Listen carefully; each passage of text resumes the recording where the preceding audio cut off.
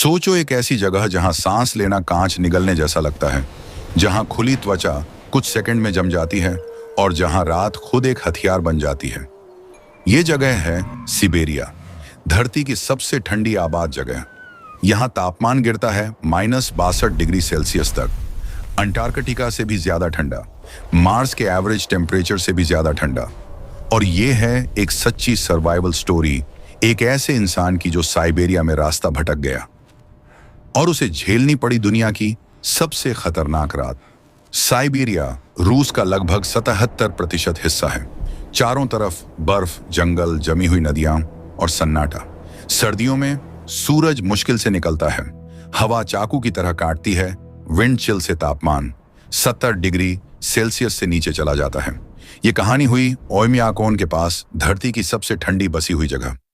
यहां लोग कहते हैं यहां ठंड मौसम नहीं, मौत है। उसका नाम था सरगेई, एक लोकल शिकारी और सप्लाई ट्रांसपोर्टर। वो नया नहीं था, उसने कई साइबेरियन सर्दियां देखी थीं। मौसम साफ लग रहा था, गांव तक दूरी 35 किलोमीटर उसके पास था। मोटे फर कपड़े, राइफल, माचिस, थोड़ा सा खाना। लेकिन साइबेरिया गलती माफ नहीं करता।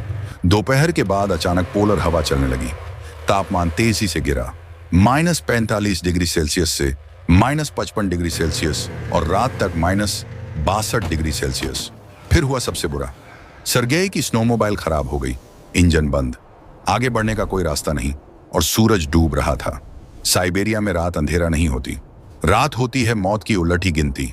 -62 डिग्री सेल्सियस पर पलकें आपस में जम जाती हैं, सांस बर्फ बनकर गिरती है, 30 सेकंड में त्वचा सुन्न हो जाती है।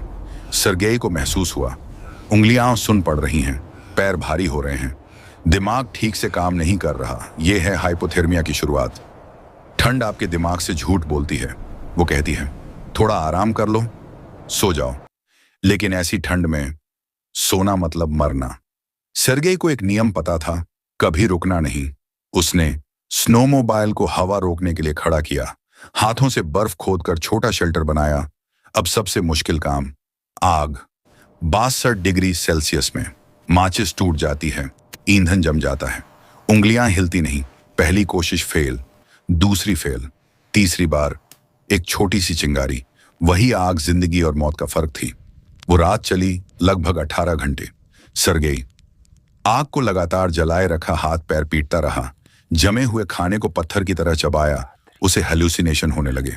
उसे दिखा गर्म कमरे, आवाजें, परिवार बुलाता हुआ। ये ठंड का आखिरी हमला था, दिमाग बंद करना। बहुत लोग यहीं मर जाते हैं, लेकिन सरगेई नहीं।